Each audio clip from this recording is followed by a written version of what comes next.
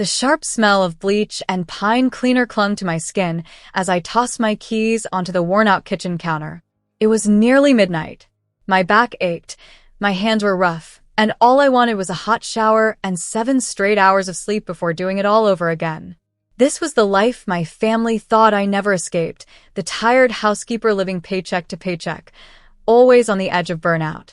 To them, I was the one who had failed, the one who never made it. And for a long time, I let them believe that. I played the role they expected, quiet, invisible, barely getting by. What they didn't know was that every floor I mopped and every toilet I scrubbed was part of something bigger. Something they could never imagine. The old answering machine blinked with 5 new messages. I hit play. "Hey, Teresa," my sister Cheryl said in her usual sugary voice. "Just a reminder, Dad's birthday dinner is Saturday at 7 o'clock. Not 7 like last year. Try to be on time, okay?" Next message. "Mandom. We're ordering from that nice steakhouse again, so maybe eat before you come. I know it's probably out of your budget, sweetie." And the last, my dad's rough voice. "Don't bring one of your weird thrift store gifts. Just show up, say happy birthday, and don't embarrass anyone." I stood there in silence, their words cutting deeper than I wanted to admit. They thought they were being helpful. Kind even. But every sentence was a reminder of how low they thought I was, barely hanging on. They didn't know I owned 6 companies, or that I made my first million 7 years ago, or that Forbes just reached out to feature me, the mystery mogul who built a hidden empire. I hadn't replied yet, not because I was unsure, but because now I was finally ready. It all started 12 years ago, right at that same dinner table when my father once said, "Pathetic girl, still cleaning other people's houses." I was 26, fresh out of a toxic relationship. I had no money, no degree, and had just dropped out of college to care for the grandmother who raised me. No one else in the family helped. They were busy building their respectable careers in finance, law, and marketing. When Grandma passed, I was completely alone. No savings. No plan. The only job I could find was cleaning houses. I told myself it was temporary, just a way to survive. Then one day, I cleaned for a woman named Kelly Carter. She was kind, old money, and sharper than anyone I'd met. While organizing her messy filing system in under an hour, she looked at me and said, "You're smart.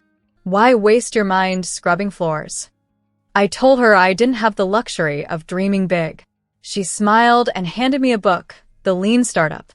I read it in one night, then 8 more books just like it. Something shifted. I started waking up early to read, listening to business podcasts while I cleaned, and studying how successful people lived. And then an idea started to grow. What if I didn't just clean houses? What if I reimagined the whole idea of home services? Something high-end, tech-savvy, designed for the very people I worked for? I saved every penny. I slept on a mattress on the floor, ate rice and eggs every day. I worked 15-hour days, 7 days a week, and after 1 year, I launched Clarity Living, a luxury home management service offering everything from cleaning to concierge help. My team was trained in privacy, professionalism, and top-tier standards. I told no one, not my parents, not my siblings. I didn't want their doubts in my head. I just kept going. 7 weeks in, I landed my first client, a tech investor in West Hollywood. He referred me to 5 more. By the end of the year, I had a team of 12. By year 4, we expanded to Boston, and by year 7, Clarity Living was bringing in over $55 million a year. They still think I'm just the maid, let them. At family dinners, I still let Cheryl talk about her advertising job like it was changing the world. I still let Mom quietly slide me coupons under the table. Dad? He would just shake his head every time I mentioned anything about entrepreneur stuff, as if I were speaking nonsense. They thought I had failed, settled for less. They didn't see the empire I was building behind the scenes. But now, everything was about to change. This Sunday, the Forbes feature would air live on national TV, on the exact day of Dad's birthday dinner. It wasn't just an article. It was the truth, heading straight toward them like a tidal wave. They had no idea what was coming. And I wasn't going to say a word. I'd let the screen do the talking. My name, my face, and the headline. Billionaire housekeeper turned CEO. The upscale Italian restaurant's parking lot was already full when I arrived. I pulled in behind a sleek black Range Rover. For a moment, I just sat there, hands on the steering wheel, watching the valet move quickly under soft string lights. I didn't have to be here. I could have skipped the dinner and let tomorrow's broadcast speak for itself. But part of me wanted this moment. I wanted to remember every smug look, every fake smile, so when the truth hit, it would land exactly as it should. Besides, this was the last time they'd ever look at me like I was beneath them. I stepped out of my car, a modest old sedan I kept for show. No one would guess the woman behind the wheel also owned a collection of luxury vehicles in a private garage on the other side of the city. I handed the keys to the valet and walked inside. "Teresa," Cheryl called, her voice sweet but sharp like glass. She stood up with open arms. "You're on time, I'm shocked." I smiled calmly. "Happy birthday, Dad." He didn't even look up. "You look tired. Long day cleaning." There it was. The jab. The same one he'd been saving since I walked in. He didn't even try to hide the smirk. I felt heat rising in my chest, but I smiled instead. "You could say that." Mom leaned over and patted my hand. "We're just glad you made it, honey. We know your job keeps you busy." Busy. That's how she described managing 4 regional directors and closing deals with luxury developers on 2 continents. Busy. As the server came to take our orders, Cheryl started another monologue about her latest client pitch. Something to do with influencers and a tech brand. She tossed her hair like she was in a commercial. Then she turned to me. "So, how's the cleaning business?" I took a sip of water and answered simply, "It's growing." Dad chuckled into his glass of whiskey. "Must be nice, no thinking, just clean and go, simple life." There was a time when those words would have crushed me. I would have gone home crying, wondering if I'd made a mistake. But not tonight. "Simple, yes," I said with a calm smile. "But effective." The waiter brought wine and appetizers. Conversation shifted. They talked about Lori's promotion, Scott moving into a bigger house. They praised each other like it was a family award show, and occasionally tossed me the kind of looks you give someone you pity. Then Cheryl reached into her purse. "Oh, "Did you guys see what's airing tomorrow on Forbes Sunday Spotlight?" She scrolled on her phone. "They're doing a story on a woman who went from being a housekeeper to a billionaire CEO." can you believe that?" I nearly choked on my drink. "Really? What's her name?" Cheryl tilted the screen. "Teresa Walker." The table went quiet. My mother blinked, and Scott frowned. "Wait, Teresa as in, probably just a coincidence," Dad interrupted, waving it off. "No way that's our Teresa." Cheryl laughed. "Yeah, right. From Mop to Millions?" "No offense, sis, but you're not exactly Forbes material." I shrugged. "No offense taken." Then I looked around the table and added calmly, "You never really know who's out there, building in silence." The irony hung in the air like smoke. They sat across from me that night, completely unaware. Unaware that the woman they had spent years dismissing, doubting, and underestimating was the same woman the world would be watching on national television the very next morning. The dinner dragged on, full of backhanded compliments, forced laughter, and dry steak. But I sat through all of it. Because tomorrow, everything will change. After the candles were blown out and the birthday photos were taken, I stood to leave. "Leaving already?" Dad asked, cutting into his tiramisu. "Early start tomorrow," I said. "Work never stops." "Still scrubbing toilets?" he smirked. I smiled gently. "Something like that." As I walked to the door, Cheryl called out, laughing, "Hey, bring gloves next time. You can clean my apartment too." I paused, turned slightly, gave her a smile that meant both everything and nothing. "See you tomorrow," I said. They thought I meant brunch, but I meant tomorrow, when their TV screens lit up with my face. When everything they thought they knew about me would be turned upside down. When the Rolls-Royce parked in front of the restaurant would finally make sense. Sunday morning arrived, bright and clear. Sunlight poured into my penthouse, high above the city. I stood at the window, coffee in hand, watching the streets come alive far below. Normally, Sundays were quiet, peaceful, but not today. Today was the reveal. I turned up the volume on the TV. It was 9:05 a.m. The Forbes Sunday Spotlight countdown ticked in the corner of the screen. I'd already seen the final cut. Twice, actually. But this time, I wanted to watch it live. Not for me, but for them.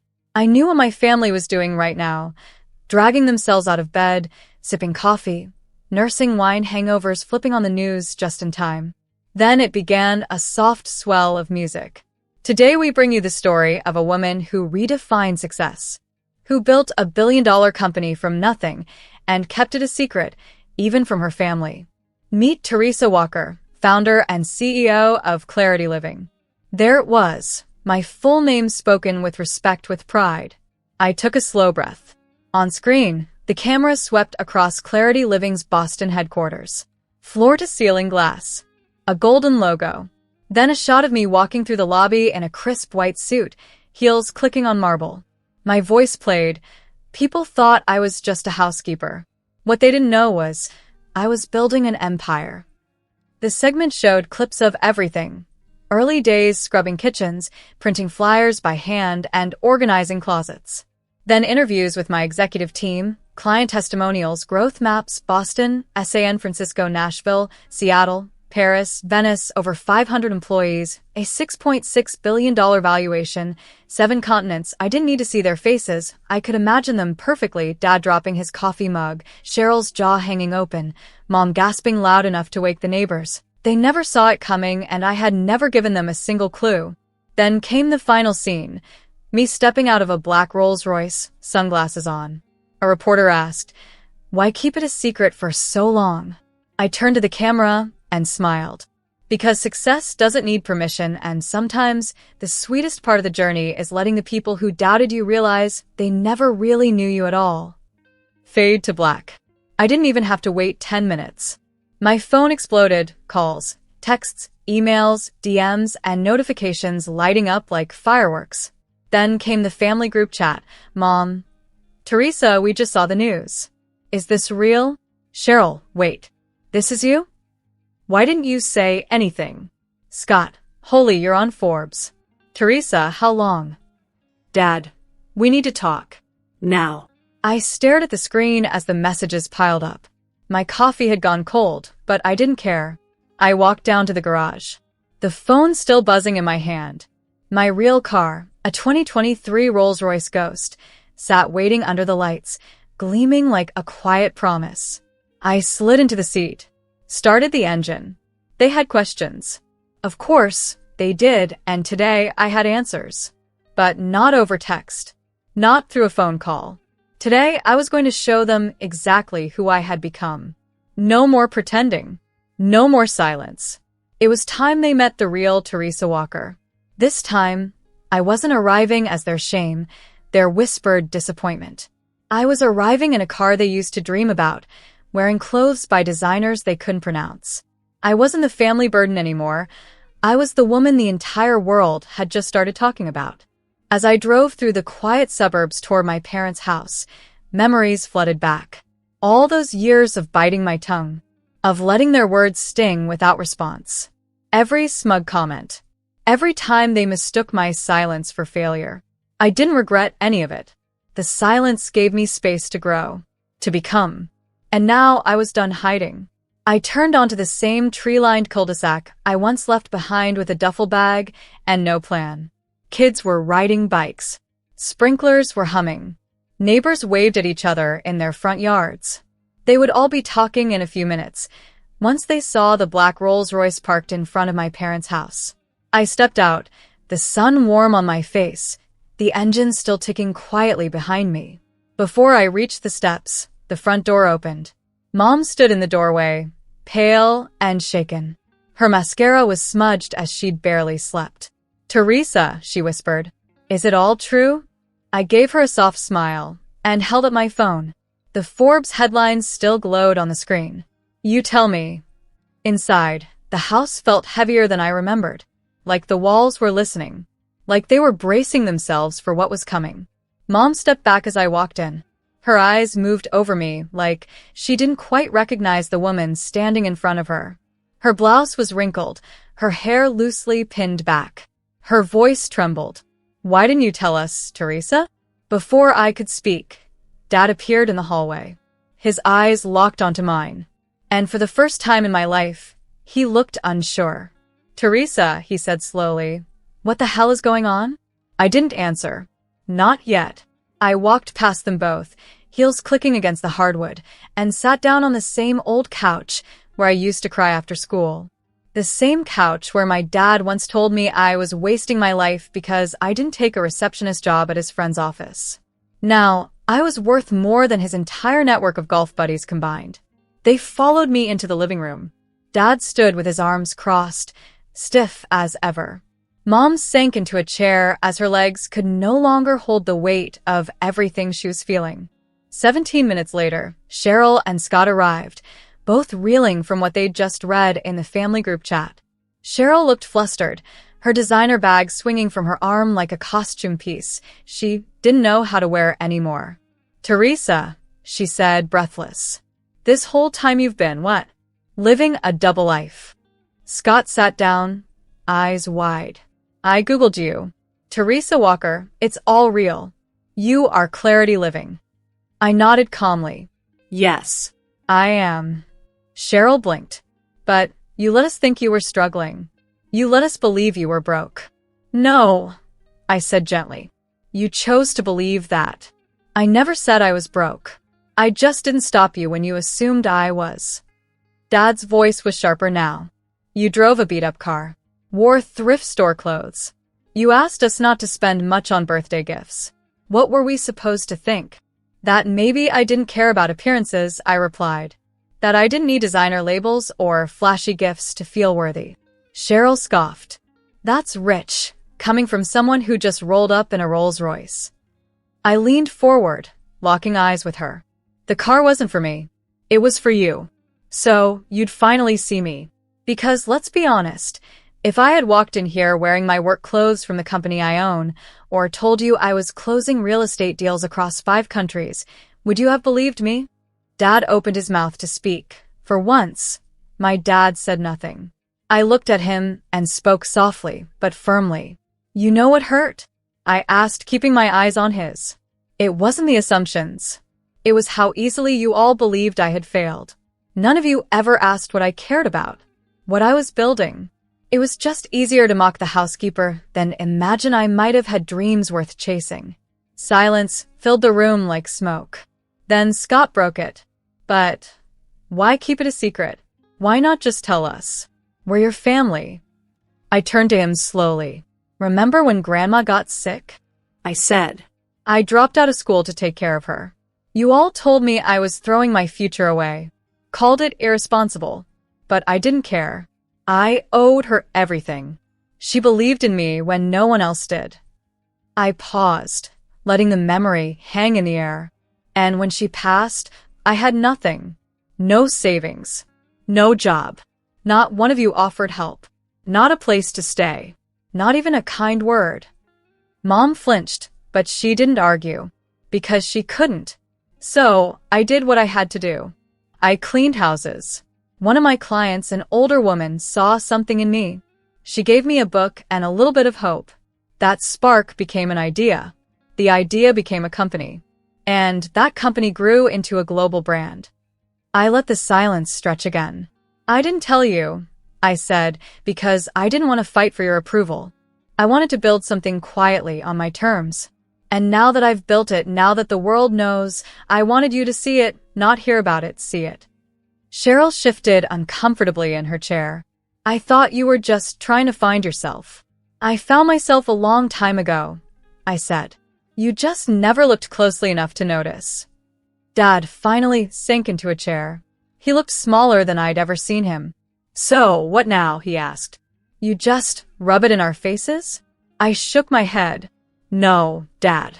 I'm not here to shame anyone. I'm here because, for once, I want you to actually know who I am. And because tonight, I've planned a dinner at the Paramount." Cheryl's eyebrows shot up. The Paramount? That ultra-exclusive place with the 8-month waitlist? I own it now, I said simply. And I've reserved the entire top floor. Private chef, full staff, everything. We're going to sit at a table again, but this time, the conversation will be different. Mom's eyes welled up. We don't deserve this. I gave her a gentle smile. Maybe not. But I didn't do all this to punish you. I did it to prove something, to myself more than anyone. That success doesn't always scream. Sometimes it whispers. It grows in silence. And then one day, it reveals itself on its terms. The elevator ride to the top floor of the Paramount was quiet. Tense. My family stood around me in the mirrored lift, their reflections staring back at them like strangers. Even Cheryl, usually glowing in any room, held her purse close, her confidence noticeably shaken. She hadn't spoken since we stepped inside. When the door slid open, a private host greeted us with a warm, polished smile. "Welcome, Ms. Walker. Your dining room is ready." We stepped out into a space I had personally redesigned 3 months ago. Glass walls framed the city skyline like a painting. A long black marble table sat beneath elegant pendant lights. In the corner, a live string quartet played softly. The room shimmered with quiet luxury, but tonight wasn't about showing off. It was about clarity, about finally being seen. They needed to see who I truly was. As we sat down, Mom whispered, "Teresa, this place is stunning." I smiled. "It's my favorite view. Reminds me how far I've come." Dad glanced around. "This is a lot." "It's not to impress you," I said. "It's to show you what you missed." Servers placed menus with their names in gold. Next to each, a sealed envelope. "Open them," I said, once the wine was poured. Cheryl's hands shook as she read hers. My daily income besides her yearly salary. At the bottom, only 5 income streams. Scott's held an old email rejecting an investment I offered under a fake name. His $400,000 no was now worth $78 million. Mom's was a list of every time I asked for support and got silence. A photo of my first office was attached. Small, but mine. Dad's envelope had one thing, the Forbes front page. He stared, then whispered, "I was wrong. You assumed I was lost," I said quietly. "You never asked what I was becoming." Dinner stayed quiet. After dessert, I showed one last thing, a slideshow of my journey, struggles, growth, and success. The final photo, me at 26, standing in Grandma's old kitchen, smiling. Below it, she believed in me. It had been a long time. The sun streamed softly through the trees as I stood quietly in front of my grandmother's grave. I brushed away a few dry leaves from the headstone and placed fresh tulips, her favorite, in the vase beside it. "Hi, Grandma," I whispered, my voice barely louder than the breeze. "You were right about everything." From my purse, I pulled out an old, faded flyer, the original Clarity living flyer I had printed 12 years ago in a coffee shop. I had been terrified and hopeful all at once. I placed it gently against the stone and said, "We made it." Later that evening, back in the penthouse, I hosted a small dinner. Not for investors, not for the press, just for friends. The kind of people who stood by me when all I had was a dream and nothing to back it up but determination. My first employee. My best friend from college, Kelly Carter, the woman who once handed me a book about startups and believed in the girl pushing a mop when no one else did. We drank wine, shared stories, and laughed like old times. We talked about the future, but for the first time in years, I wasn't trying to prove myself. I felt at peace. Later, as I stood by the window looking out at the glowing city skyline, my phone buzzed. A new message in the family group chat. "Mom, next Sunday's our turn for dinner. Come by. Don't bring anything, just yourself. And if you're up for it, maybe tell us more about what you're building. We want to understand." I smiled. There was no loud celebration, no confetti falling from the ceiling. Just a quiet moment of truth. A slow but certain shift in how they saw me. Because I hadn't just changed my life, I had rewritten my story. From overlooked housekeeper to confident founder. From ignored daughter to someone they couldn't ignore anymore and maybe, just maybe, the most powerful kind of revenge isn't shouting, "I told you so." It's becoming everything they said you'd never be.